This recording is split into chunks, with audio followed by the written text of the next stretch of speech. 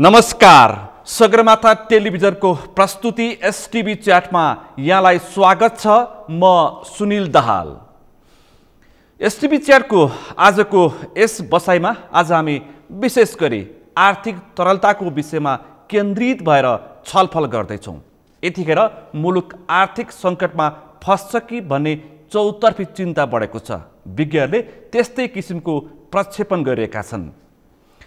पुँजीगत खर्च हुन सकेको छैन, पैसा राज्यको ढुकुटीमा थन्किएको छ, मुद्रा सञ्चिति घट्दो छ, सुधान्तर घाटा चुलिदो छ, पर्यटन ठप्प जस्तै छ, उत्पादन हुन सकेको छैन र मूल्य वृद्धि भइरहेको छ र व्यापार घाटा अत्यन्तै चुलिरहेको अवस्था छ।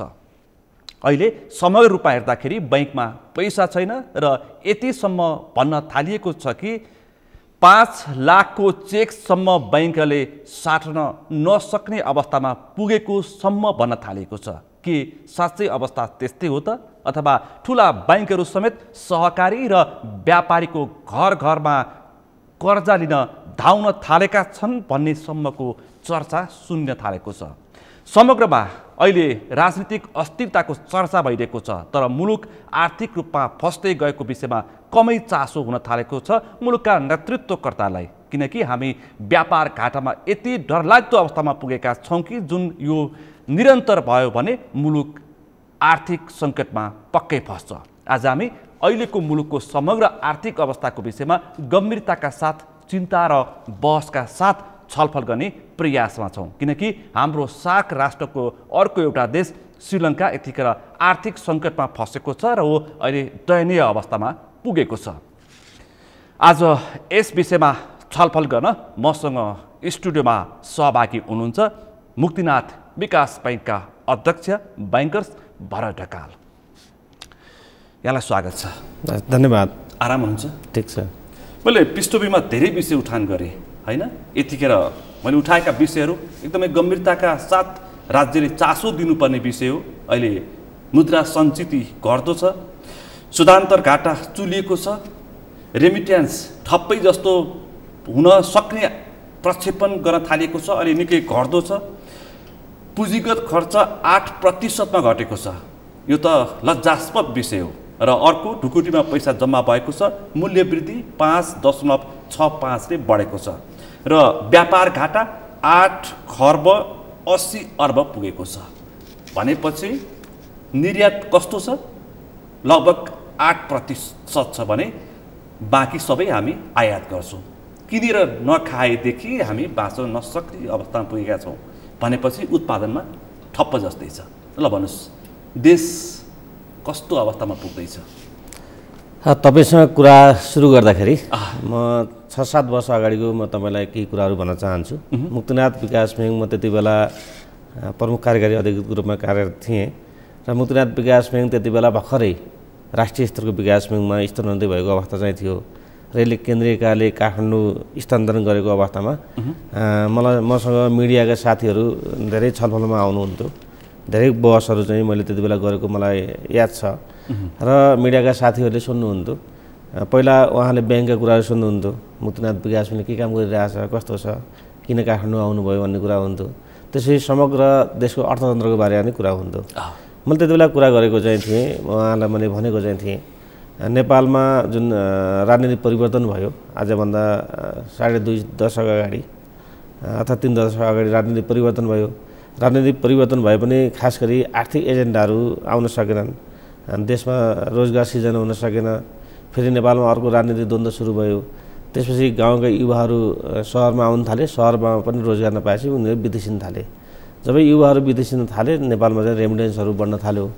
रेमिटेन्स बढ्न थालेपछि ब्याङ्क तथा वित्तीय संस्थाहरूको सङ्ख्या पनि बढ्यो। ब्याङ्क तथा वित्तीय संस्थाहरूमा तरलता पनि आउन थाल्यो र विभिन्न कारणले गर्दा चाहिँ उद्योगीहरू पनि व्यापारी बन्न थाले। किनकि नेपाल अब एकता भारतसँग खुला सिमाना चाहिँ छ र रेमिटेन्स बढ्दै जाँदाखेरि चाहिँ गाउँमा बस्ने मानिसहरू उत्पादन छोडेर चाहिँ उहाँहरू उपभोगतिर लाग्नुभयो। उत्पादन छोडेर उपभोगतिर लाग्नु। अझ भन्नुपर्दाखेरि विलासिताका वस्तु आयात गरेर त्यसको उपयोग गर्ने र उत्पादनतर्फ चाहिँ नलाग्ने।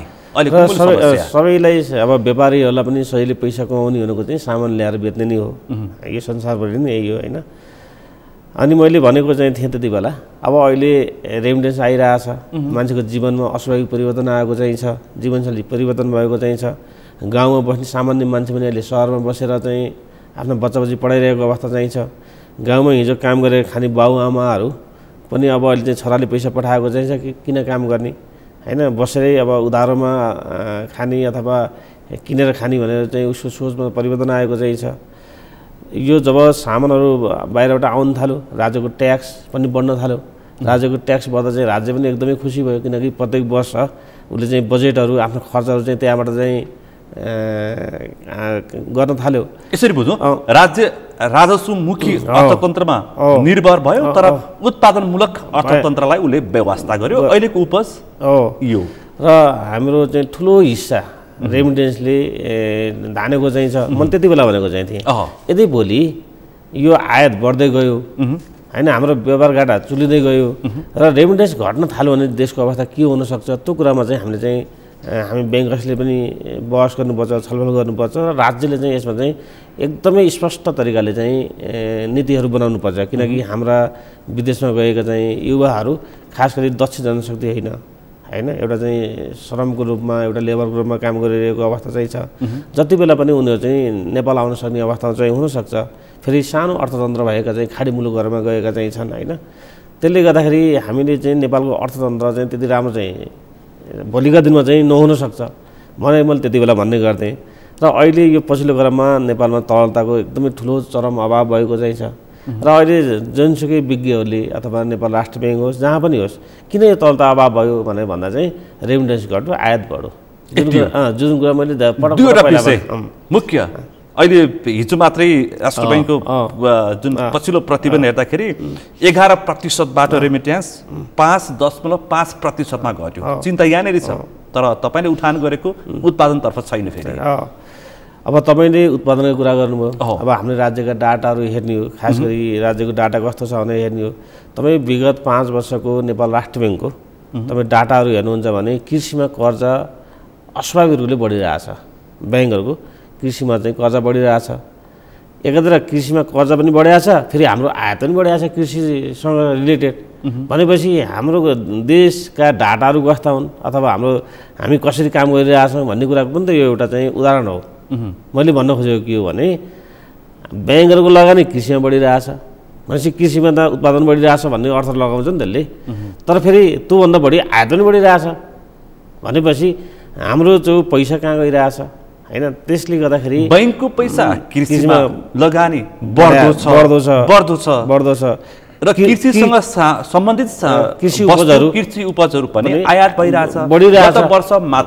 गत वर्ष मात्रै कोरोनाको समयमा समेत 5 अर्बको धन्य आयात भयो नेपालमा। नेपाल जस्तो कृषि प्रधान देश, तपाईँहरू कृषिको विकासको कुराकानी गर्छौँ, तपाईँहरूले मुक्तिनाथ विकास ब्याङ्कले पनि कृषिमा लगानी गरिरहेको छ होइन। त्यसकारण मैले त्यो विषयमा पनि आउँछु। म क्रमिक रूपमा आजको यो मुलुकको समग्र आर्थिक सङ्कट र यो चिन्ताको विषयमा क्रमिक रूपमा म तपाईँसँग छलफल गर्छु। अहिले मैले 2-4वटा विषय राखेँ अघि, त्यो विषयको प्रभाव अनि त्यसपछि अन्तर्राष्ट्रिय बजार होइन। अहिले यो कोरोना प्राकृतिक प्रकोपको कारण कोरोनाले गर्दा विश्व अर्थतन्त्र नै तहस नहस भएको छ। त्यसको स्वाभाविक रूपमा नेपालमा त्यसको प्रभाव पर्नु स्वाभाविक हो र त्यो एउटा कारण भयो। त्यो सँगसँगै हामीले दोष देखिरहेछौँ कि मुख्य 2 कुरा, एउटा पुँजीगत खर्च भएन, लज्जास्पद अवस्थामा रह्यो।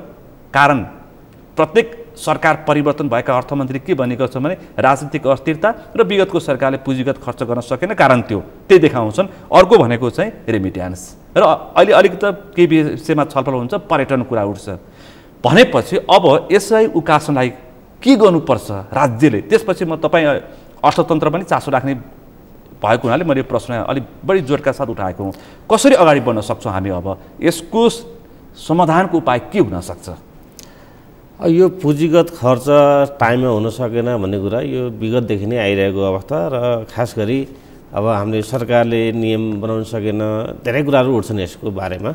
म तपाईँलाई एउटा मेरो गाउँ स्याङ्जामा एउटा आँधी खोलामा एउटा पुल बनिरहेको आजभन्दा 8 वर्ष अगाडि एउटा ठेकेदारलाई चाहिँ ठेक्का दिएको हैन ठेक्का दिएको अवस्था मैले एउटा उदाहरण तपाईँलाई यो भनेको त्यो पुल अहिलेसम्म बनिसकेको छैन अनि यो पुल कसले बनाएको छ भनेपछि मेन ठेकदार अर्कै छ हैन त्यो ठेकदारले यो अर्को ठेकदारलाई चाहिँ दिनै मिल्ने चाहिँ नियम रहेछ हैन अनि अब यो कस्तो भने हामी एउटा यो पुँजीगत खर्च भन्ने कुराहरू हामीले चाहिँ एकदम सिरियसली बुझ्नुपर्छ हामी एउटा व्यक्तिले 1 लाख रुपियाँ घुस खायो भने त्यसलाई चाहिँ हामीले ठुलो भ्रष्टाचार भयो ठुलो इस्यु बनाउँछौँ त्यो त दुईजना व्यक्तिको मात्रै कुरा छ नि त्यहाँ त घुसमा त एउटा व्यक्तिले काम सहज तरिकाले काम गर्नको लागि चाहिँ एकजनालाई पैसा दिन्छ अनि उसले चाहिँ सहज तरिकाले काम लिन्छ त्यहाँ त राज्यको पैसा त त्यहाँ जोडिएको छैन त्यहाँ त व्यक्तिको पैसा मात्रै जोडिरहेछ तर हाम्रो जुन पुँजीगत खर्चमा त अर्बौं पैसा हाम्रो जनताले कर तिरेको पैसा हो हैन त्यो पैसा कसरी परिचालन गर्ने हो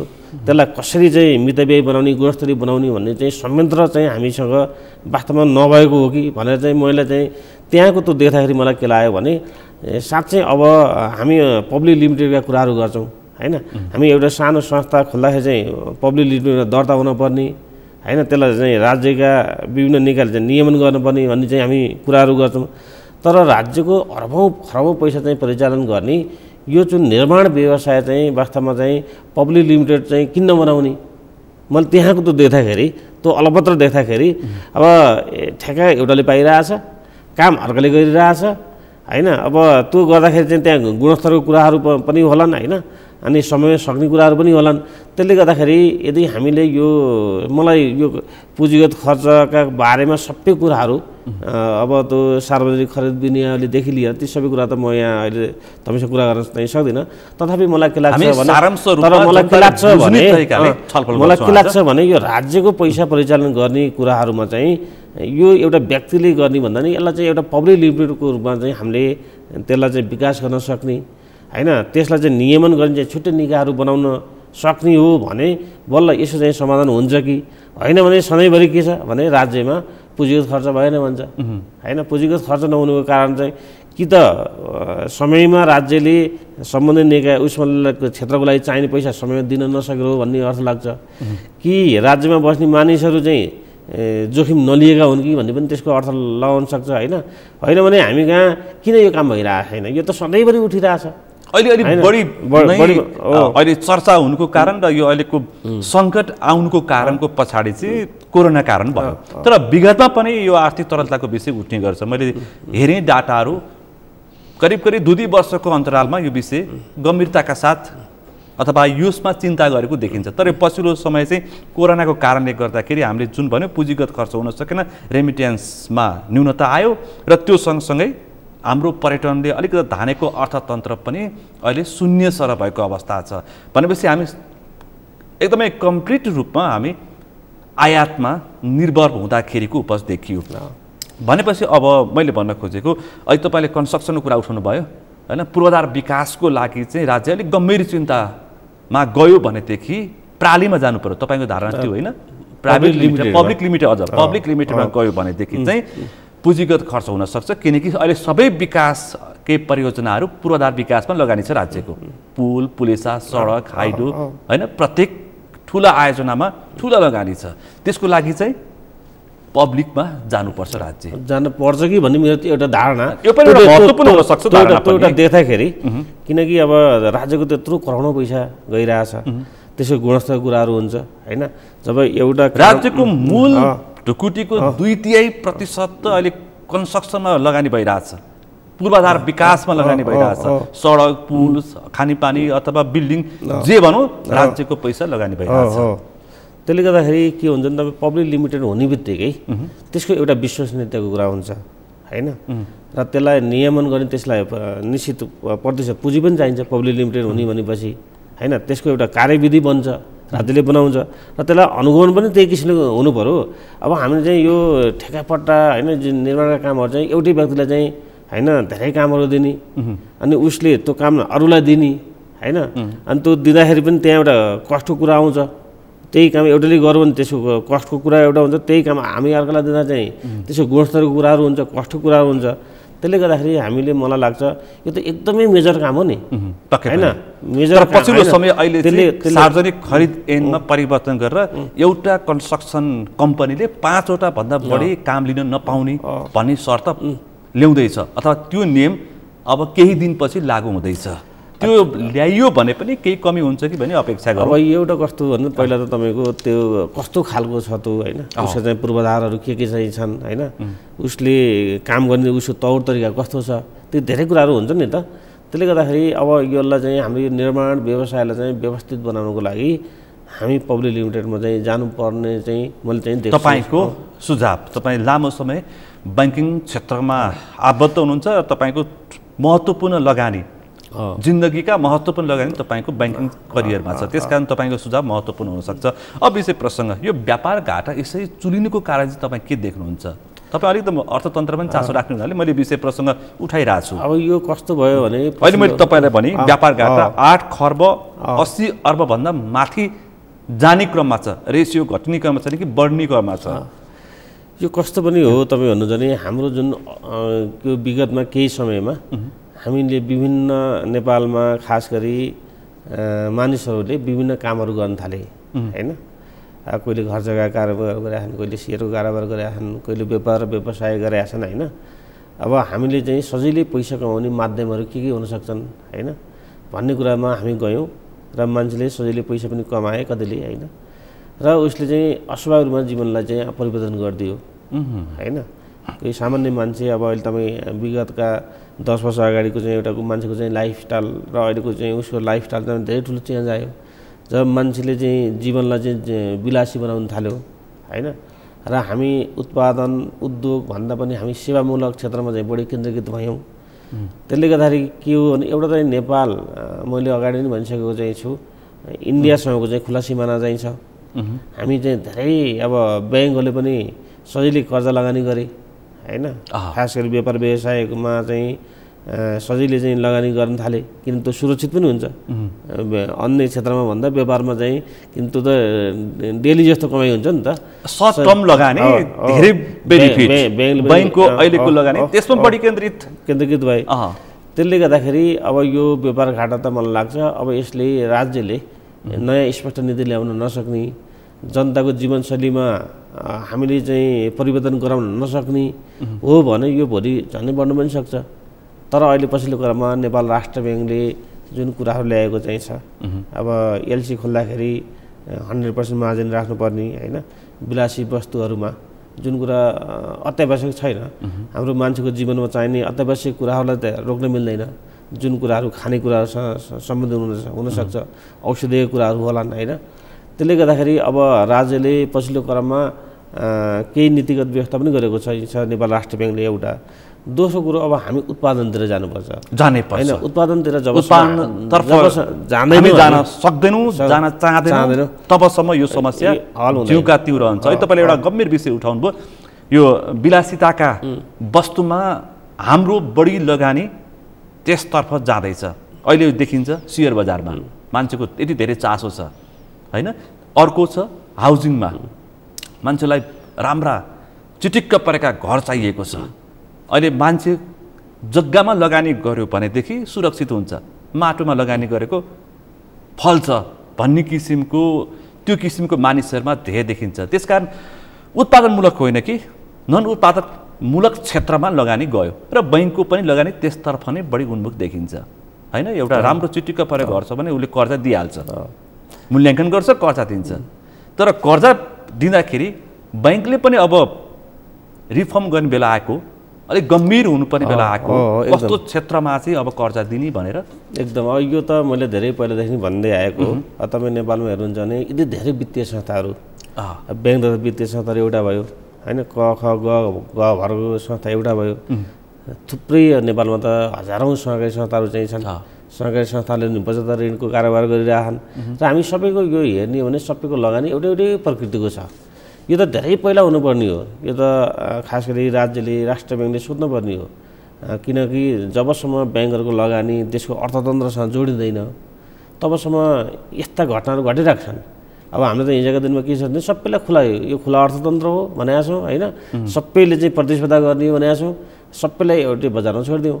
यो त हिजोदेखि छोड्नै हुँदैन। जस्तै हामी एउटा बच्चालाई, हामी त्यो आफ्नो बच्चालाई चाहिँ कति संरक्षण गर्दै गर्दै गर्दै हामीले लान्छौँ नि होइन, जब ऊ चाहिँ मानसिक रूपमा शारीरिक रूपमा परिपक्व भएपछि मात्रै उसलाई हामीले छोडिदिन्छौँ। अब हामी त कस्तो भयो भने केही पनि नीति नियमहरू प्रष्ट छैन अनि हामी प्रतिस्पर्धा गर्न चाहिँ यत्रा ठुल्ठुला देशहरूको बिचमा हामी अवस्थित छौँ। यस्तो बेलामा चाहिँ हामीले चाहिँ चीन र भारत जस्ता यति ठुला शक्तिशाली अर्थतन्त्र बोकेका देशको बिचमा एउटा सानो अर्थतन्त्र बोकेको नेपाल छ। नेपालमा चाहिँ हामी अब प्रतिस्पर्धा हो, प्रतिस्पर्धा गर्नुपर्छ। अब भन्छ खुला प्रतिस्पर्धा, अहिले चाहिँ 21औं शताब्दीमा प्रतिस्पर्धा नगरे हुन्छ भन्ने कुराहरू जुन आए र हामी नेपाल हाम्रो अर्थतन्त्रको जग कति बलियो छ भनेर चाहिँ विश्लेषण हामी गर्न सक्यौँ। हामी चीन र भारतको देखावटी मात्रै आत्मसात गर्छौँ, तर हामी आफू चाहिँ कुन जगमा छौँ भनेर चाहिँ हामी आफूलाई आत्मसात गर्छौँ। हामी हेर्नुहोस् नेपालीले दुईवटा कुरा चाहिँ एकदमै ठुलो हामीले एउटा हामी खानाको कुरा होइन, हामी मान्छेलाई त जन्मदेखि नम्रनिसन चाहिने कुरा हो खाना, त्यसपछि हाम्रो बास हो होइन। किनकि अब हामी तपाईँ काठमाडौँको बस्ती हेरौँ त यस्तो तरिकाले चाहिँ बिग्रिएको अवस्था चाहिँ छ। हामीले चाहिँ यो सुरुमै हामीले धेरै कुराहरू बिगाइसक्यौँ। हामी कस्तो कुरा खाने हो अनि कस्तो ठाउँमा हामी बस्ने हो भन्ने कुरा समेत हामीलाई कस्तो लगाउने हो, हाम्रो त्यति मूल्यसम्मको लगानी गर्न हामी सक्छौँ। त्यसले गर्दा हामी नेपालीहरू चाहिँ के छ भने चाहिँ हामी बाहिरी अरू देशको तुलनामा चाहिँ हामीले बहस गर्नु कुरा गर्न चाहिँ एकदम लाज मर्दो छ। किन भन्नुहुन्छ भने अब नेपाल खास गरी हामीले प्रकृतिका कुराहरू गर्ने हो होइन, हामीले विश्वका अरू देशहरू हेर्ने हो भने हामी कृषिमा नै हाम्रो सबैभन्दा ठुलो लगानी हुनुपर्ने, कृषिबाट नै हाम्रो चाहिँ समृद्धिका कुराहरू गर्नुपर्ने होइन, ठुलो रोजगारी सिर्जना यहीँबाट हुनुपर्ने देश नेपाल हो। तर अहिले हामी हेर्नुहुन्छ भने नेपालमा कृषिमा हामी यत्रो खरबौँको पैसा के अरे कृषि उपजहरू आयात गरिरहेछौँ, हामी उत्पादनका कुरा गर्छौँ, काम गर्दैनौँ। त्यसले गर्दाखेरि बहसको कुरामा कुरा गर्ने हो भने हामी संसारमा जोसँग पनि सक्छन्, नेपालीहरूले बहस गर्ने कुरा चाहिँ सक्छन्, तर काम गर्ने कुरामा चाहिँ नेपालीहरू हामी बोल्न चाहिँ माहिर छन् तर काममा चाहिँ अल्छी छन् भन्न थालिएको छ। मैले भन्न खोजेँ विषय प्रसङ्ग अर्कैतिर गयो, हामी अलि विलासिताको सामानतिर वस्तुतिर बढी लगानीतर्फ जाँदैछौँ, बैङ्किङ क्षेत्रको पनि चासो त्यतातर्फ छ। अहिले मैले अहिले विषय उठान गरेँ कि सेयर बजार होस् अथवा हाउसिङ घर जग्गा कर्जामा यदि धेरै चासोलाई घटाएर बैङ्कहरूको चिन्ता चाहिँ उत्पादनमूलकतर्फ त्यस्ता उद्योग व्यवसाय हामीले भन्यौँ कृषिका उपजहरूमा लगानी गर्न तपाईँहरू पनि अलिक बढी चिन्तित हुने हो कि भन्ने मेरो अलिक जोड बोलका साथ यो प्रश्न हो। तपाईँलाई अब मैले हिजो एउटा चाहिँ मिटिङमा चाहिँ थिएँ। अब मुक्तिनाथ विकास ब्याङ्कले मुक्तिनाथ कृषि कम्पनी स्थापना गरेको छ। मुक्तिनाथ विकास ब्याङ्कले म तपाईँलाई यसो ब्याकग्राउन्ड भन्छु। मुक्तिनाथ विकास ब्याङ्कले खास गरी महिलाहरूलाई बिना ऋण दिने गाउँमा लगानी गरेको ब्याङ्क हो। सुरुकै दिनदेखि नै त्यो ऋण दिँदाखेरि अब त्यति बेला हामीलाई के भयो भने कृषिको उत्पादन नभएको कारण चाहिँ पुँजी हो, ऋण हो, पैसा दिएपछि कृषिको उत्पादन बढिहाल्छ भन्ने सोचेर हामीले महिलाहरूलाई बिना ऋण दियौँ, कृषिमा लगानी गर्नुहोस्, आय आर्जनमा लगानी गर्नुहोस् भन्यौँ। तर हामीले लगानी गरेको पैसा चाहिँ उनीहरूले केहीले कृषिमा लगानी गर्नुभयो, तर उहाँले उचित प्रतिफल पाउन सक्नु भएन। त्यसको खास कारण के भने उहाँले उत्पादन गर्नुभयो, उत्पादनको बजार पाउनु भएन, उत्पादनका सामग्रीहरू चाहिँ समयमा पाउनु भएन, गुणस्तरीय सामान पाउनु भएन र उहाँले चाहिँ धेरै गुनासाहरू हामीलाई गर्न थाल्नुभयो। सर हामीले पैसाले मात्रै भएन, हामीलाई चाहिने कृषिका सामग्रीहरू खास मल बिउ होइन मेसिनरी सामानहरू हामीले पाउँदैनौँ, खोज्दा पाउँदैनौँ, अनि हामीले उत्पादन गरेर बजार पाउँदैनौँ, मूल्य पाउँदैनौँ भन्न थाल्नुभयो। र मुक्तिनाथ विकास ब्याङ्क यस्तो ब्याङ्क हो जसले नि अब हो हामीले पुँजीले मात्रै हुँदो रहेछ, पुँजीका लगायतका अन्य सामग्रीहरू पनि कृषिका रिलेटेड सामानहरू चाहिँ दिनको लागि चाहिँ छुट्टै कम्पनी खोल्नुपर्छ भनेर हामीले मुक्तिनाथ कृषि कम्पनी खोल्यौँ। कृषि कम्पनी खोल्दा चाहिँ एउटा चाहिँ हामीलाई चुनौती के देखियो भने पहिलो कम्पनी हो, पब्लिक कम्पनी पहिलो हो होइन, कसरी काम गर्ने, यसले चाहिँ ओभरअल एग्रिकल्चरको चाहिँ एउटा म्यानेजर रोल लिएर चाहिँ काम गर्न खोजिरहेछ। त्यसले गर्दा चाहिँ हामीलाई चाहिँ यो एउटा कसरी काम गर्ने भन्ने कुरामा एउटा चुनौती भयो। अब अर्को के भयो भने नेपाल कृषि प्रधान देश होइन, कृषि प्रधान देश भनिरहेको देशमा मुक्तिनाथ विकास ब्याङ्कको प्रमुख लगानीमा चाहिँ मुक्तिनाथ कृषि कम्पनी खोल्न पाउनु त यो एउटा हाम्रो अवसर पनि हो होइन। त्यसले गर्दाखेरि अब हामी हाम्रो देश कहाँ छ भन्ने कुरा चाहिँ हामीले यहाँबाट नै हेर्न सक्छौँ। अब कतिपय ठाउँ बहस हुन्छ, कृषिको बारेमा बहस हुन्छ, कृषिमा कसैले भन्नुहुन्छ उत्पादनमा समस्या छ, बजारको समस्या छैन भन्नुहुन्छ, कसैले बजारको समस्या छ, उत्पादनमा समस्या छैन भन्नुहुन्छ। अब हाम्रो बुझाइमा के छ भन्नुहुन्छ भने नेपालमा यसलाई चाहिँ संस्थागत रूपले चाहिँ जबसम्म हामीले उत्पादन पनि संस्थागत रूपले गर्दैनौँ, यसको वितरण पनि संस्थागत रूपले गर्दैनौँ, तबसम्म यी दुईटै समस्याहरू चाहिँ सँगसँगै जान्छन्। र अहिले हाम्रो बुझाइमा के छ भन्नुहुन्छ भने बजारभन्दा पनि उत्पादनको समस्या छ। त्यसो भए हाम्रो बजार वैज्ञानिक कृषि व्यवस्था जबसम्म हामी व्यवस्थापन गर्न जबसम्म कृषिको लगानी बालुवामा पानी हाले सर जबसम्म बजार अनुसारको उत्पादन गर्दैनौ, बजारमा के खोजिरहेछ, जबसम्म बजार अनुसारको उत्पादन हुँदैन तबसम्म कृषिको उत्पादन बढ्दैन। यो अहिलेको लगानी यो अहिलेको लगानी बालुवामा पानी हाले सर जस्तै हुन्छ भन्दा फरक नपर्ला। त्यसो भए अब त्यसरी भन्नुभन्दा पनि यो हाम्रो कस्तो छ लगानीको कुराहरू भन्नुहुन्छ भने हामी सबै कस्तो भयो भने लोभीपापी भयौँ कि हामी नेपालीहरू। अब कृषि गजा अब ब्याङ्कले अब कृषिमा लगानी बढाउनको लागि चाहिँ खास गरी सरकारले अनुदानका कुराहरू ल्यायो होइन। अनुदानका कुराहरू ल्याएपछि अनि हामी के भयौँ भने अनुदानमुखी भयौँ होइन। अब कृषिमा लगानी यदि हामी कृषिको काम गर्न खोजियो भने त ब्याङ्कबाट सहुलियत दरमा ऋण पाइन्छ होइन। अब त्यो पैसा चाहिँ सबै अब कृषिमा लगानी नगरेर चाहिँ आफ्ना यसरी आवश्यकता पनि गर्न सकिन्छ। प्रष्टै भनौँ कि यो अनुदान कृषि अनुदान कसले पाउँछ, पहुँचवालाले पाउँछन्, उनी खानेले नेताका वरिपरि ठुला व्यापारी व्यवसायीले पाउँछन्। अनि त्यो कहाँ जान्छ, खास कृषिमा लगानी नभएर कृषि क्षेत्रमा लगानी नभएर घर जग्गा, सेयर कारोबार, हाउसिङ, घरमा लगानी भइरहेछन् अथवा घर जग्गा कारोबारमा लगेर लगानी गर्ने र छिटो बेनिफिट लिने जुन किसिमको जुन एउटा समस्या देखिएको छ त्यसको उपज पनि कृषिको अनुदान मैले भने जस्तै बालुवामा पानी जस्तो देखिँदैछ। अहिले मैले तपाईँले सुरुमा भनेको थिएँ नि, तपाईँले अहिले भनेको कुरा ठ्याक्कै कहाँ मिल्छ भने मैले सुरुमा भनिरहेको थिएँ ब्याङ्कको कृषिमा कर्जा बढिरहेछ र हाम्रो कृषि उपज पनि आयात बढिरहेछ भने तपाईँले भनेको कुरा त्यहीँ मिल्न गयो। अनि हाम्रो व्यापार घाटा 46 अर्ब 22 करोडबाट बढेर 2 खर्ब नागिसकेको अवस्था छ, जुन सुधान्तर घाटा त्यसरी अगाडि बढ्दो छ। यो रेसियो यसरी बढ्यो भनेदेखि अवस्था कस्तो हुन्छ, दयनीय हुन्छ। हामीले मैले एउटा उदाहरण दृष्टान्त पेश गरेँ श्रीलङ्काको। अहिले श्रीलङ्का आर्थिक सङ्कटमा फसेर के गर्ने भन्ने अवस्थामा छ र 6 महिनामा सरकार ढलिरहेछ। कारण आर्थिक कारण त रहेछ नि त। त्यसकारण राज्यले पनि दायित्व बोध गर्नु पर्यो, गम्भीर हुनु पर्यो होइन। आरोप प्रत्यारोपमा उत्रिनु भएन। राष्ट्र ब्याङ्कको गभर्नरलाई अर्थमन्त्रीले राष्ट्र ब्याङ्कको गभर्नरलाई दोष देखाएर उम्किने बाटो छैन। अब के कसो अब यो कस्तो पनि हो भन्नुहुन्छ भने अब हामीले खास गरी अब हामी त कस्तो छ मलाई कतिपय कुरा कस्तो लाग्छ जिरोबाट सुरु गर्ने हो कि जस्तो पनि लाग्छ कि नेपालका कतिपय कुरा प्लान गर्ने हो कि प्रत्येक क्षेत्रमा योजना बनाउनमा। अब खास गरी तपाईँको अब हामी बाहिरका कुराहरू गर्दा चाहिँ सुरुमा जब त्यहाँको प्राकृतिक रूपमा के छ त्यो अनुसार चाहिँ पहिला उत्पादन हुन्छ, उत्पादन चाहिँ उद्योग स्थापना हुन्छ, उद्योगपछि रोजगार सिर्जना हुन्छ, त्यसपछि सेवामूलक व्यवसायहरू चाहिँ फस्टाउँछन्। किनकि सेवामूलक व्यवसायहरूका चाहिँ व्यक्तिहरूले चाहिँ खर्च गर्ने चाहिँ ऊ हुन्। अब हामी कहाँ चाहिँ उत्पादन छैन, उद्योग छैन, हामी कहाँ एकैचोटि व्यापार र सेवामूलक कुराहरू चाहिँ धेरै नै वृद्धि भयो। यसले गर्दा के भने हाम्रो चाहिँ मानिसलाई चाहिँ बढी खर्चिलो बनाइदियो, बचत नहुने बनाइदियो होइन। त्यस्तो तरिकाले हामी अगाडि बढेका चाहिँ छौँ। र अब ब्याङ्कलाई मात्रै दोष, अब मानिसहरूले ब्याङ्कलाई बढी दोष दिन्छन्। ब्याङ्क भनेको त कस्तो भने ब्याङ्कले त नेपाल राष्ट्र ब्याङ्कको एउटा निर्देशनमा काम गर्छ। त्यसको निर्देशन चाहिँ उसले आफ्नो चाहिँ कार्ययोजनाहरू बनाउँछ र उसले नाफा कमाए बाबत राज्यलाई 30% ट्याक्स तिर्छ। अहिले तपाईँ हेर्नुहुन्छ भने राज्यको चाहिँ ढुकुटीका चाहिँ अथवा राज्यको चाहिँ त्यो राजस्वमा चाहिँ ब्याङ्कहरू चाहिँ ठुलो योगदान छ नि त। त्यसमा त के हुनु पर्यो भने राज्यका अरू निकायहरू होइन ब्याङ्कले कसरी लगानी गरिरहेका छन् भन्ने कुरा अहिले मैले तपाईँलाई भने नि मुक्तिनाथ विकास ब्याङ्कको लगानीमा चाहिँ मुक्तिनाथ कृषि कमान त खुल्नै नपर्ने हो नि त। यो त अलरेडी अरूले खोल्नु पर्ने हो, ब्याङ्कले त लगानी मात्रै गर्ने हो नि त। अब ब्याङ्कको काम भनेको चाहिँ कर्जा दिने हो, राम्रोसँग काम गर्नु पर्यो। त्यसकारण उसले चाहिँ उपयुक्त लगानी उपयुक्त ठाउँमा गर्ने हो। तर तपाईँहरू त आफै कृषि कम्पनी खोलेर काम गर्न सुरु गर्नुहुन्छ।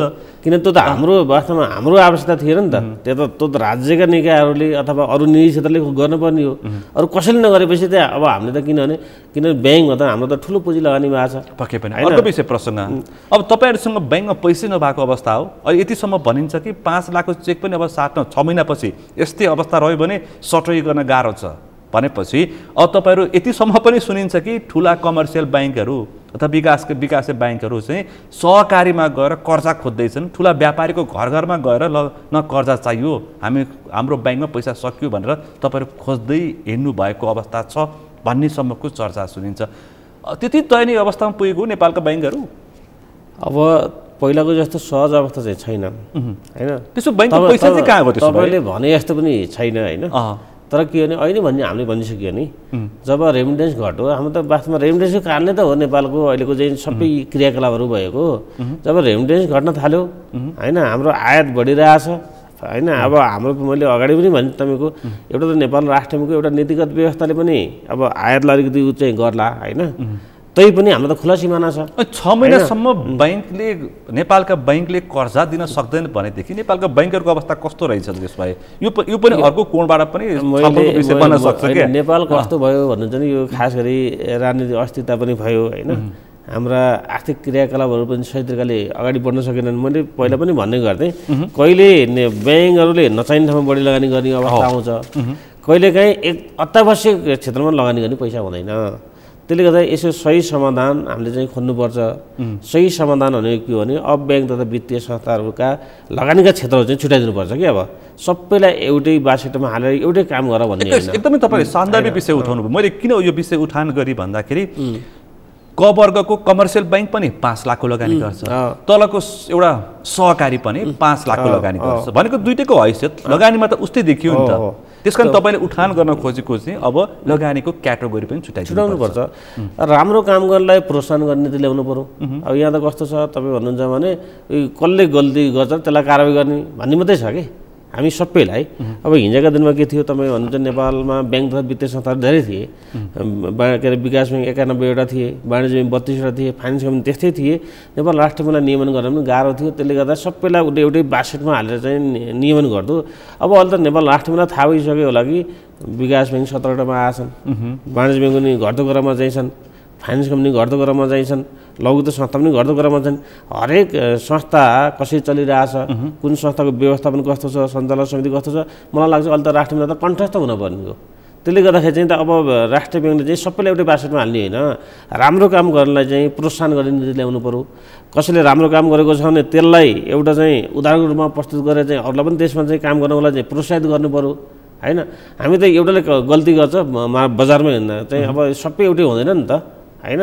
एउटाले गल्ती गर्छ अनि त्यसको आधारमा चाहिँ नीति ल्याउँछ अनि राम्रो काम गर्न पनि त्यसले चाहिँ ठेस लगाउँछ। ठुला सारा सबै वित्तीय संस्थालाई एउटै बास्केटमा राखेर मूल्याङ्कन गर्नु हुँदैन। गर्ने नीतिमा चाहिँ अब आमूल परिवर्तन ल्याउनु पर्छ भने तपाईहरुको सुझाव मैले भन्न खोजेको। अब यति अब हेर्नुस्, अब सरकारले तुरुन्तै नि अब हामीले यही नै मौका हो नि त। तपाई सधैँ यस्तो मौका आउँदैन हेर्नुस्। हामी यो मौकामा आर्थिक रूपमा अहिलेको जुन अवस्थामा एकदमै कठिन अवस्थामा पुग्दैछौँ, यो सच्चिने अवसर पनि हो, यसरी पनि लिन सकिन्छ सकारात्मक कोणबाट। त्यसले गर्दाखेरि अब यो बेलामा चाहिँ नेपाल राष्ट्र ब्याङ्कले सरकारले चाहिँ नेपालका ब्याङ्क तथा वित्तीय संस्थाहरूलाई चाहिँ लगानी चाहिँ अब यो लेभलको ब्याङ्कले यसमा लगानी गर्ने, यसले यसमा लगानी गर्ने भनेर स्पष्ट नीतिहरू ल्याउने र ब्याङ्कहरूलाई चाहिँ उत्पादनमूलक क्षेत्रमा चाहिँ लगानी गर्नको लागि जनतालाई चाहिँ विलासी जीवनबाट चाहिँ तल झार्नको लागि चाहिँ यो उपयुक्त अवसर पनि हो, समय पनि हो र यसमा चाहिँ कसैले पनि ढिलो गर्नु हुँदैन। पक्कै पनि अहिले यो जुन किसिमका कोरोनाका करहरू लहरमा देखिएका छन् त्यसको पनि एउटा अवसर हो हाम्रो लागि। यो पनि अवसर हो नि, किनकि उत्पादन गरेर बाँच्नुपर्छ। अब निर्यात अर्काले उत्पादन गरेको वस्तुमा आश्रित हुने होइन भन्ने किसिमको सन्देश पनि हो, यो बुझ्नुपर्छ राज्यले। तर अस्थिर राज्य राजनीतिक यस्तो अवस्था छ, एउटा एमसिसीको कारणले गर्दाखेरि देश हल्लिएको छ। म एमसिसीको विषयमा नै आउँछु तपाईँसँग कुराकानी गर्न। अनि यो अर्को विषय उठाएको छ कि ब्याङ्कले के गर्छन् भने long term investment short term deposit, यो पनि समस्या हो नि। पैसा ब्याङ्कमा सकिनु कारण र कर्जा दिन नसक्नु कारण यो पनि हो भन्न थालिएको छ। अब यो अनि अर्को कारण चाहिँ तपाईँहरू पहुँचवालालाई मात्रै तपाईँहरू कर्जा दिनुहुन्छ अब भन्ने किसिमको आरोप पनि ब्याङ्कहरूमाथि छ है। यस्तो हो, तपाईँको कुराहरू सबै कुरा भन्नु सत्य कुरा बाहिर आउँदैन सबै कुराहरू होइन। र जुन कुरा बोलिएको हुन्छ गरिएको हुन्छ त्यो कुरामा चाहिँ सत्यता हुँदैन होइन। यो हामीले चाहिँ बुझ्नु जरुरी हुन्छ।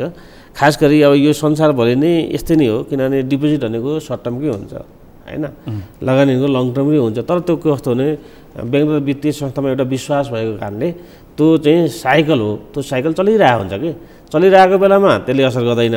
अब यस्तो चाहिँ लिक्विडिटीको समस्या जब आउँछ त्यसपछि तपाईँले भनेको कुरा चाहिँ सर्ट टर्मको डिपोजिट लङ टर्ममा चाहिँ हामी लगानी गरिरहेको छ भने चाहिँ यसले अविश्वास पैदा हुनसक्छ जनतामा। किनभने ब्याङ्कसँग त यसले त सर्ट टर्मलाई पैसा लिएको चाहिन्छ, लङ टर्मलाई लगानी गरेको चाहिन्छ, यसले त भोलि त मेरो पैसा फिर्ता नगर्ने हो कि भन्ने अविश्वासको कुराहरू आउन सक्छन्। तथापि त्यही भएर नै अहिले पछिल्लो क्रममा चाहिँ राष्ट्रले चाहिँ ब्याङ्कहरूलाई चाहिँ ऋणपत्रहरू जारी गर्नको लागि चाहिँ होइन एउटा अनिवार्यता गरेको चाहिँ छ।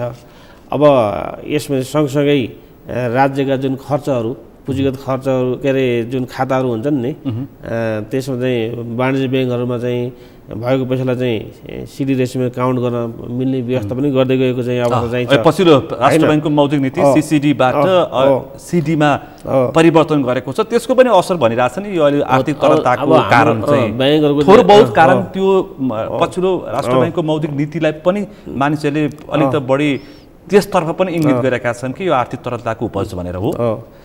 त्यो पनि हो नि, त्यो पनि हो। त्यसले गर्दाखेरि अब यो कस्तो पनि हो भन्ने सबै कुराहरू अब हामीले ठ्याक्कै मैले अहिले तपाईँलाई भने जस्तो अब ब्याङ्कहरूले का कारणले त यो सिर्जना भएको त होइन होइन। तर एउटा कुरो के हो भन्नुहुन्छ भने यो 2 वर्षको पिरियडमा कि मैले आफ्नै ब्याङ्क गर्ने भन्छु, मेरो विभिन्न साथीलाई कुरा गर्छु, यो 2 वर्ष कोरोनाको बिचमा पनि ब्याङ्क तथा वित्तीय संस्थाहरूको लगानी त बढ्यो हो होइन। नेपालमा कुनै त्यस्तो आर्थिक क्रियाकलाप त्यस्तो भएको चाहिँ छैन। त्यो सबै कारण के हो भने हामी चाहिँ नेपालको चाहिँ ब्याङ्क लगानीहरू चाहिँ के छन् भने धितोमुखी छन् कि धितोको आधारमा जुन कर्जा दिने व्यवस्था चाहिँ छ यसले गर्दाखेरि कस्तो छ भन्नुहुन्छ नि उही तपाईँले भने जस्तो जोसँग धितो छ उसले कर्जा पाउँछ, जोसँग धितो छैन उसले कर्जा पाउँदैन। कर्जा पायो भने थोरै पाउँछ होइन। र यो पछिल्लो क्रममा चाहिँ खास गरी लगानीका क्षेत्रहरू अन्त नभएको कारणले पनि घर जग्गा र सेयर बजारै देखिए लगानीका क्षेत्रहरू, किनकि मान्छेले त्यही नै आम्दानी हुन्छ भने ठाने, त्यसले गर्दाखेरि ब्याङ्कहरूले पनि त्यही सुरक्षित ठाने र लगानीकर्ताले पनि त्यही सुरक्षित ठाने, ब्याङ्कले पनि त्यही सुरक्षित ठाने र ब्याङ्कको चाहिँ कर्जा बढ्यो।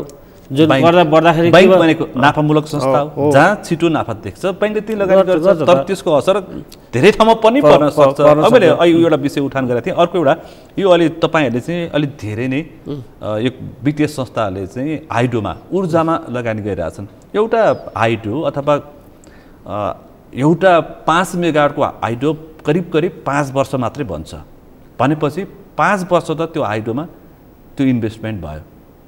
जब त्यसले उत्पादन गर्छ अनि व्यापार थाल्छ त्यो बिचमा त के हुन्छ, त्यो पैसा त फ्रिज जस्तै भयो नि त, त्यति चलायमान हुन्न, केही खर्च होला, केही वस्तुहरूमा किनबेचमा खर्च होला, तर त्यो उत्पादनमा ठोस उत्पादनमा आउँदैन। यसको पनि क्षणिक असर परेको छ भन्ने पनि तर्कले सुनिन थालेको छ। यो पनि हो, मैले एउटा दृष्टान्त मात्र पेश गरेको हो। त्यसले त के असर पार्यो होला र खास गरी होइन हाइड्रोमा गरेको लगानीले त तरलतामा त के असर गरेको हुन्छ र? यसलाई चाहिँ यो अहिलेका विज्ञले यो भनेको चाहिँ त्यति तर्कपूर्ण छैन। अब यस्तो छ, अब उहाँले कसरी भन्नुभयो, अब यो खास गरी अब ब्याङ्कले त हाइड्रोमा लगानी गर्दा चाहिँ त्यसको त विभिन्न शर्तहरू हुन्छन् नि त। अब प्रोजेक्ट हेर्छ, प्रोजेक्टलाई कति पैसा चाहिन्छ होइन, त्यसकै आधारमा अब पैसा दिने हो होइन। ओभर फाइनेन्सिङ गर्न त पक्कै पनि मिल्दैन होइन। उसलाई मैले यो विषय किन उठाएँ भने यो जुन लङ टर्म इन्भेस्टमेन्टको कुरामा मैले यो विषय जोडेको हुँ। यसको असर यहाँ पर्छ कि पर्दैन भन्न खोजेको। मैले एउटा दृष्टान्त मात्र पेश गरेको ऊर्जाको हाइड्रोको। लङ टर्मको इन्भेस्टमेन्टमा यसको असर यहाँ पर्छ कि पर्दैन, यसमा त्यस्तो असर नपर्ला। अब अर्को विषय, यो अहिले पछिल्लो समय राष्ट्र ब्याङ्कले चाहिँ 5-6 लाख 7 लाखसम्मको कर्जा लिने अथवा कारोबार गर्नेको खाता खोज्ने भनेको छ। त्यसमा के मान्छेहरू त्रसित भएको छ, यो के भन्न खोजेको? 5 लाख कि 10 लाख अथवा 7 लाख भन्दा माथिको भनेको पहिलेदेखि नै हो नि, यो अहिलेबाट होइन। अलि चर्चा चाहिँ सञ्चार माध्यममा अलिक बढी आइरहेको छ। यो यस्तै तपाईँको जब तरलताको समस्याहरू हुन्छ नि, अहिले मैले तपाईँलाई भने मान्छेहरूको चाहिँ सबैको सोचाइ एउटै हुँदैन होइन। अब हामीले पहिला देख्छ नि, जब तपाईँ पेट्रोलियम पदार्थको अभाव हुन्छ नि, तपाईँको गाडीमा पेट्रोल फुल छ भने पनि तपाईँ लाइनमा बस्न खोज्नुहुन्छ, अथवा तपाईँले विभिन्न उसले चाहिँ लगेर चाहिँ घरमा चाहिँ स्टक गर्ने हुन्छ भने जस्तै जब तरलताको समस्याहरू आउँछ त्यसपछि मानिसहरूले विभिन्न खालका शङ्काहरू, जसले खराब काम गलत काम गरिरहेको हुन्छ नि उसलाई बढी शङ्काहरू हुने होइन। शङ्काहरू भएको हुनाले चाहिँ आफूसँग भएको पैसा, तपाईँले ब्याङ्कमा भएको पैसा पनि आफ्नै छुट्टै ढुकुटीमा राख्ने। यसरी बुझ्नु न, अहिले ब्याङ्कमा भन्दा पनि मान्छेहरू फाइनेन्समा पैसा राख्दा सुरक्षित हुन्छ सम्मको त्यो किसिमको सोच बनेको छ किनकि त्यो स्रोत देखाउनको लागि मानिसहरूलाई कठिन भइरहेछ फाइनान्स भन्दा नि सहकारीमा राख्ने भन्ने कुराहरू गर्छन् भन्ने कुराहरू बढ्दो छ त्यो प्रश्न देखिएकै छ नि त त्यसले गर्दाखेरि अब यो त्यही हो तपाईँको सहज हुन्छ यी कुराहरू आउँदैनन् मान्छेले चाहिँ खुला तरिकाले चाहिँ कारोबार गर्छन् जब असहज हुन्छ यस्ता कुराहरू आउँछन् मान्छेमा शङ्काहरू उत्पन्न हुन्छ शङ्का उत्पन्न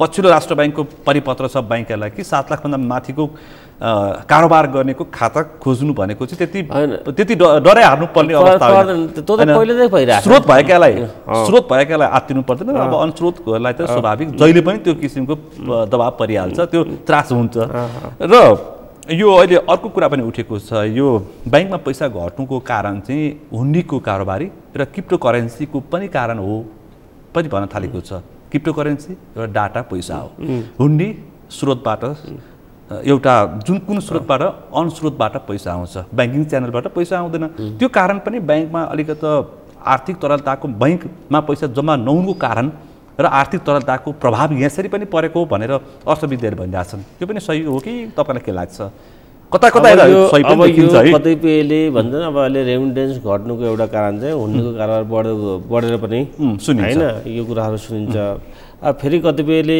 अब कुराहरू आउँछ नि त पहिला गत वर्ष अब जुन रेमिटेन्स बढ्यो नि रेमिटेन्स बढ्दाखेरि चाहिँ जुन कोरोना भयो लकडाउन भयो हैन लकडाउन भएपछि हुन्डीको कारोबार नभएको कारणले मान्छेले चाहिँ ब्याङ्किङ च्यानलबाट पैसा पठाए त्यसले गर्दा चाहिँ यो रेमिटेन्स बढेको भन्ने पनि पहिला भन्ने हुन्थ्यो तथापि अब यस्ता कुराहरू चाहिँ भइ नै राखेका हुन्छन् हैन यसको प्रभाव चाहिँ परेको छ कि छैन किनकि अहिले हुन्डीको कारोबार र यो क्रिप्टो करेन्सीको निकै चर्चा भइरहेछ हैन कि मानिसहरूसँग पैसा यसरी कि ब्याङ्किङ च्यानल मार्फत नआइकन एउटा एपबाट पैसा आदान प्रदान भइरहेछ र हुन्डी मार्फत पैसा लेनादेना भइरहेछ मान्छेले कहाँ सजिलो देखियो हैन हुन्डी भएपछि स्रोत पनि देखाउनु परेन यो जहिले पनि हुने कुरा हो सधैँ हुने कुरा हो यो कस्तो हुन्छ तपाईँ भन्छन् जे कुरा हो मैले अहिले नै भने नि तपाईँलाई जे कुराको यसको प्रभाव ब्याङ्कमा परेको छैन भन्न खोजे मैले हैन यो स्वाभाविक रूपले पर्ने चाहिँ स्वाभाविक रूपले पर्छ नि जुन भन्नु न अब अहिले अब ब्याङ्कहरूमा चाहिँ जुन अहिले चाहिँ डिपोजिट बन्न नसकेको कारण भनेको एउटा नेपालमा अनौपचारिक कारोबार पनि वृद्धि भएको हुनसक्छ एउटा दोस्रो कुरो मान्छेले चाहिँ अब व्यक्तिगत कारोबारहरू गर्न थाल्न पनि सक्छ नि त किनकि अब मान्छेले चाहिँ एफडीमा पैसा राखेको पैसा अब त्यो व्यक्तिगत रूपमा चाहिँ लगानी गर्दा त्यसले बढी ब्याज आउँछ हैन अनि कतिपय मान्छेलाई के पनि हुनसक्छ भन्नु भने नेपालमा चाहिँ यो तरलता अभाव चाहिँ लामो समयसम्म जान सक्छ त्यसले गर्दाखेरि फेरि राष्ट्र ब्याङ्कले अथवा सरकारले अरू नियमहरू पनि ल्याउन सक्छ र आफ्नो व्यापार व्यवसायहरू चलाउनको लागि चाहिँ मान्छेले चाहिँ ब्याङ्कबाट पैसा निकालेर ढुकुटीमा राख्न सक्छन् हैन त्यसले यी विभिन्न कारणहरू खास गरी मेजर कारण अहिले भनेको चाहिँ रेमिटेन्सै घट्नु हो मेरो विचारमा हैन र आयात पनि बढिरहेछ त्यता पनि पैसाहरू गइरहेछ र अन्य कुराहरू यी हुन्डीको कारोबारहरू पनि यी स्वाभाविक चाहिँ अहिलेको आर्थिक तरलता हुनुको पछाडि चाहिँ एउटै फ्याक्टरले काम गरेको छैन कि धेरै फ्याक्टरको उपज देखिन्छ एउटा देखिन्छ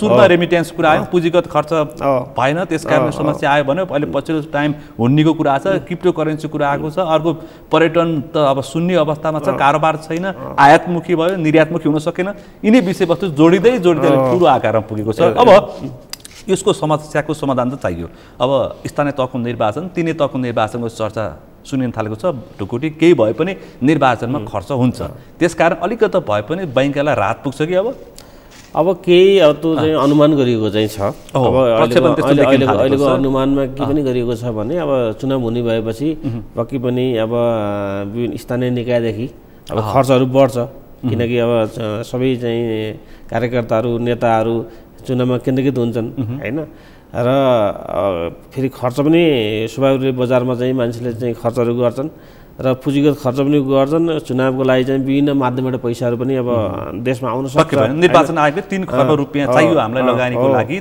चुनावको लागि निर्वाचनको लागि भनेपछि त्यो पैसा त बजारमा आउँछ त्यसले गर्दाखेरि अब अहिले यो चुनाव घोषणाले गर्दाखेरि पनि अब भोलिका दिनमा चाहिँ तरलता सहज हुन सक्छ भन्ने चाहिँ एउटा अनुमान चाहिँ हुन थालेको चाहिँ बैंकहरू कस्तो अवस्थामा पुगिसके भन्दाखेरि पार्टीहरूको राष्ट्रिय महाधिवेशन हुँदाखेरि पनि अब पैसा बजारमा आउँछ र बैंकमा आउँछ भन्ने किसिमको समेत अपेक्षा गर्नुपर्ने अवस्थामा आयो भनेपछि साँच्चै यति धेरै दयनीय अवस्था हो। यो प्रश्न भनिदिनुहोस् त।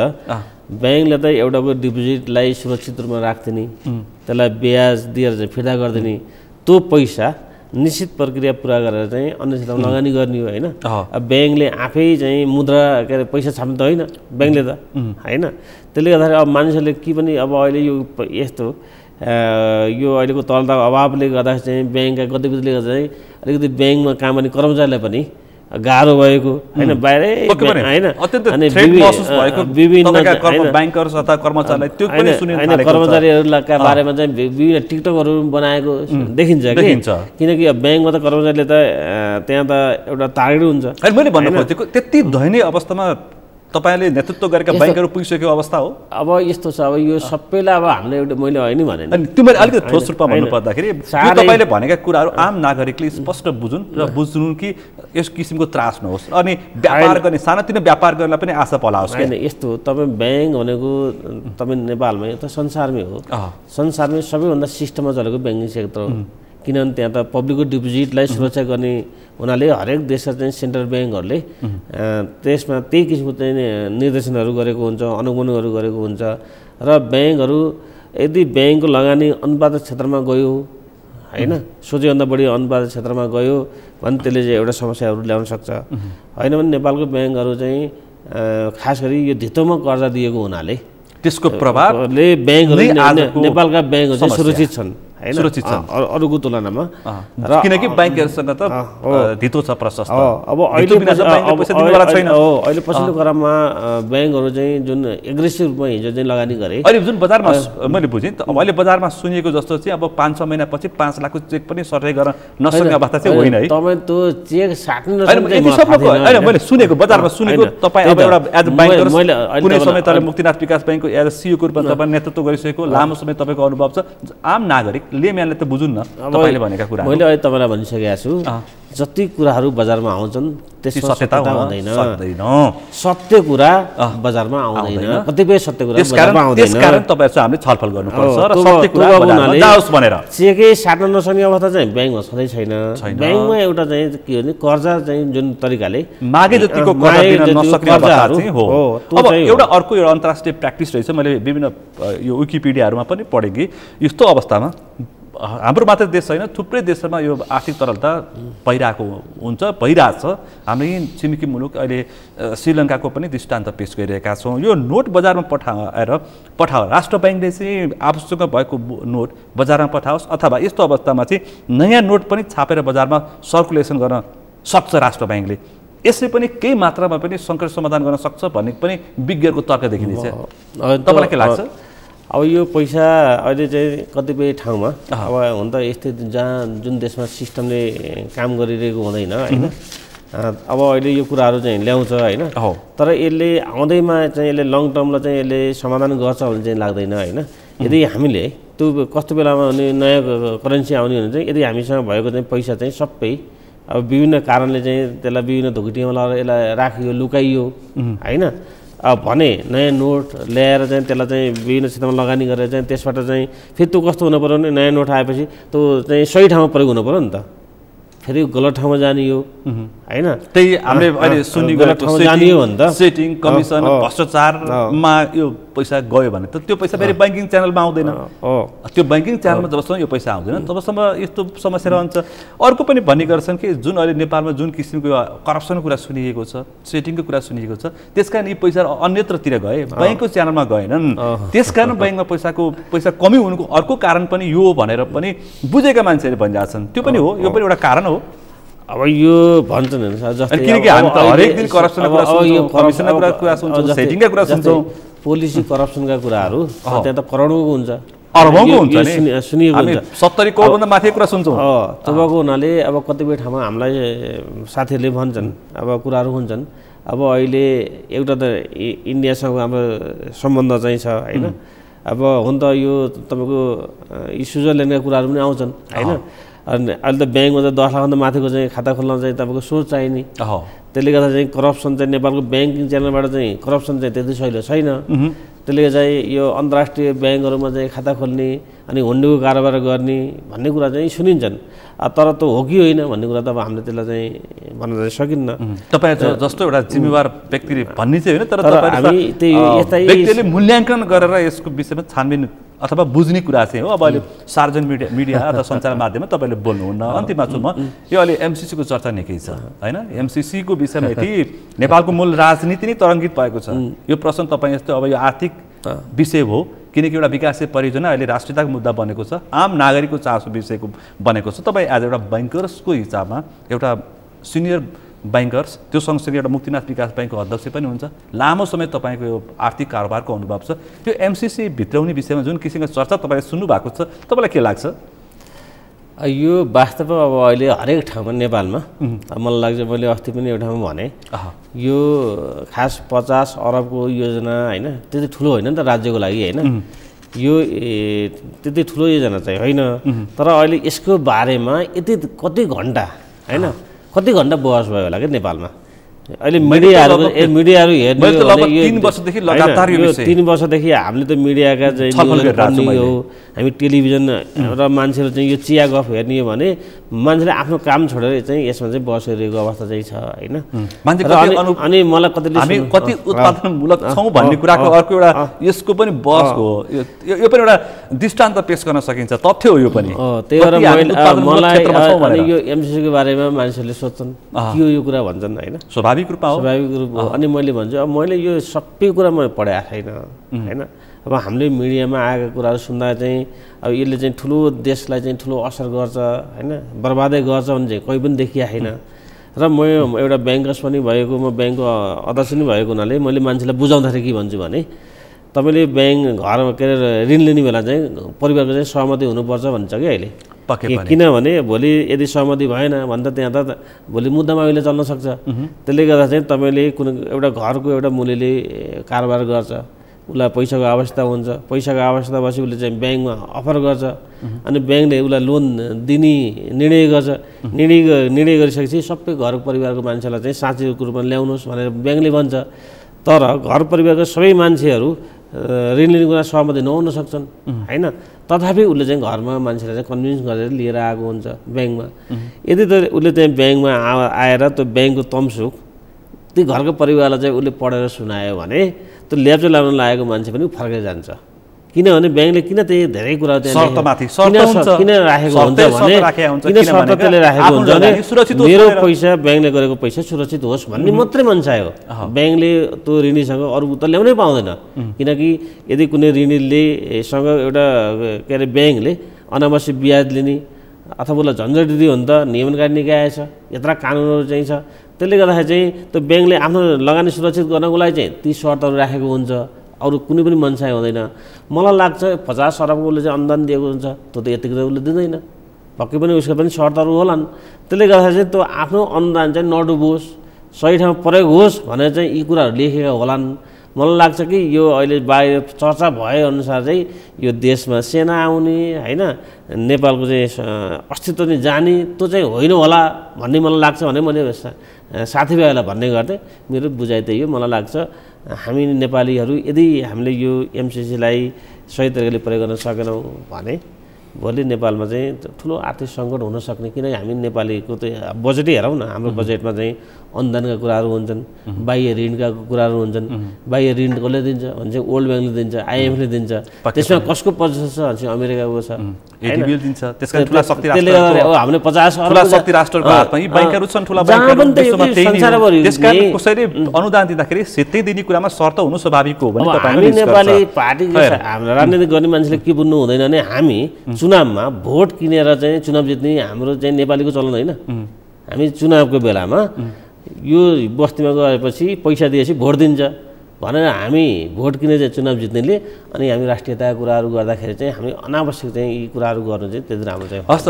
यो अहिलेको पछिल्लो आर्थिक तरलता, आर्थिक सङ्कटका विषयमा आम नागरिकको जुन चासो छ तिनै विषयवस्तुमा केन्द्रित रहेर छलफल गऱ्यौँ। पक्कै पनि तपाईँका भनाइ र अभिव्यक्तिले आम नागरिकहरूको अहिले जुन किसिमको एउटा आर्थिक सङ्कटको कारणले त्रासदी आउँछ कि भन्ने एक किसिमको त्रसित अवस्थामा छन्। केही भए पनि यसले सान्त्वना दिने प्रयास गर्यो होला भन्ने आजको छलफलको निष्कर्ष म निकाल्छु। समय र समाजको लागि आभार व्यक्त गर्न चाहन्छु। हस्, धन्यवाद। मेरो पनि आफ्नो जुन विचारहरू राख्ने अवसर दिनुभयो, खास गरी सगरमाथा टेलिभिजन र तपाईँलाई म हार्दिक धन्यवाद दिन चाहन्छु।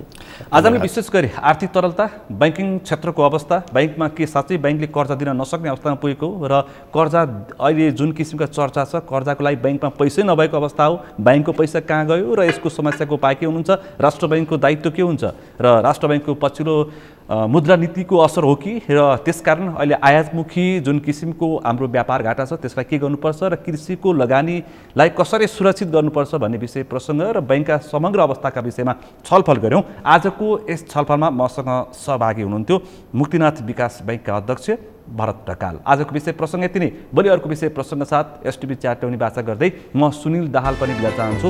सगरमाथा टेलिभिजन हेर्दै गर्नुहोला। नमस्ते।